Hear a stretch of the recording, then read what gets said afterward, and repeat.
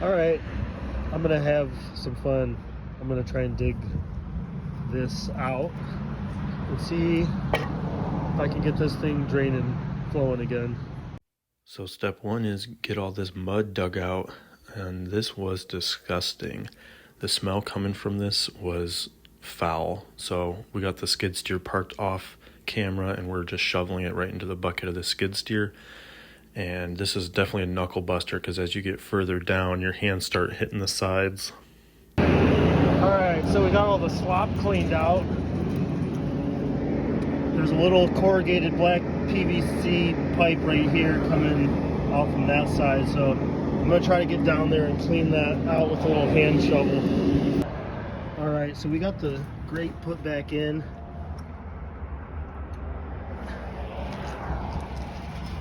And essentially, there is the black corrugated pipe. I tried to clean it out as best as I could. So we will find out if we get some rain tomorrow, if that thing will start flowing again or not.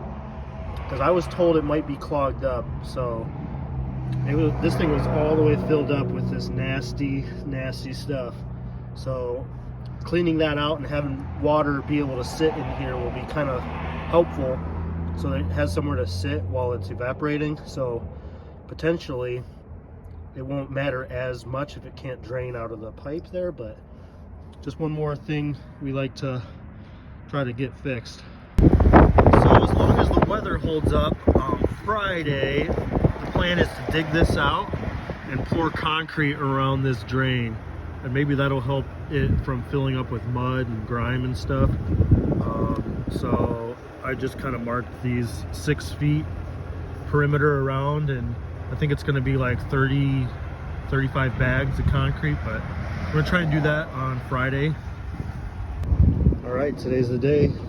Getting these for the forms, and then we're getting loaded up with a pallet of concrete bags, 27 80-pound bags, so we can pour that little pad around the drain.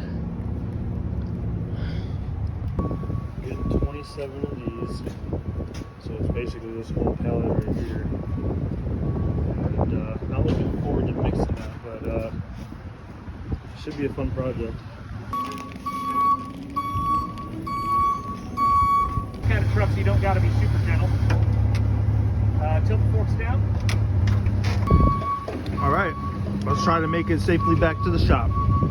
This was definitely the worst part of the whole project, was trying to get the gravel dug out.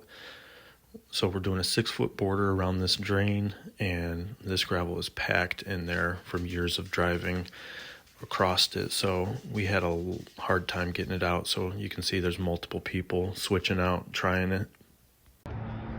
All right, well, this was a lot more tricky to do than I was initially thinking. So we basically got it dug out and formed up, ready for some concrete, but it's getting pretty late.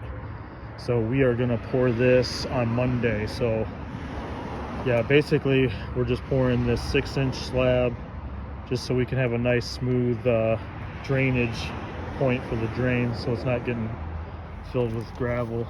I'm actually gonna go in here and clean it out once again because there's some more gravel and muck that got down there from us digging. But yeah, that should be a pretty cool, fun little project for Monday. So we ran out of time to do this on Friday, so today is going to be the day we're going to pour this. I'm going to add a little bit of gravel because I took out a little bit too much and I don't want to fill it back in with this nasty stuff. But check it out, I've got this cleaned all the way down to the bottom now. I thought I was at the bottom, but I was actually like 4 inches off. And then I reached in and scraped out as much crap out of that plastic corrugated pipe that I can. And so we might need to jet that with water, but at any rate, we're gonna get this thing poured up today. This camera angle doesn't show it, but I'm in the background mixing the concrete by hand. We got 27 bags of the Quickrete high strength from Home Depot. And as I'm dumping it, Brent is troweling it and trying to get it smoothed out. We actually poured this one a little bit on the wet side, so it's taken quite a while to set up, but we're gonna let it dry up before we work it more. All right, here's the pad. It's roughly, it's very wet right now, so we're not messing with it. We got it roughed in, but yeah, we still got a couple bags of concrete left. A little bit wet. Trying to let it set up a little bit more before we start working it again. Here's the concrete. We did an edge on the outside perimeter and then did a little broom finish on it. So I do not do concrete, so this is just as good as it's going to get. Tomorrow we're going to pull the forms. I was happy with how this turned out. Got a nice smooth transition up to this concrete, and should be able to backfill gravel all the way up to the edge of that. Make a nice smooth transition for that too. So yeah, we're gonna pull forms tomorrow and let it cure up for a couple days before we drive on it. All right, concrete's pretty hard. We're gonna pull the forms off so that it can finish curing for the next couple of days before we're gonna drive on it. Hindsight being 2020, I kind of wish I would have waited for this concrete to set up a little bit more before I pulled the forms. Pulling the pins, start pulling the forms, and I ended up chipping the concrete right there on the corner.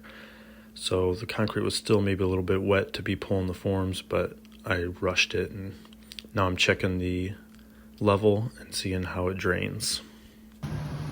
All right, forms are off, and freaking pulled and chipped the corner when I was pulling the form off.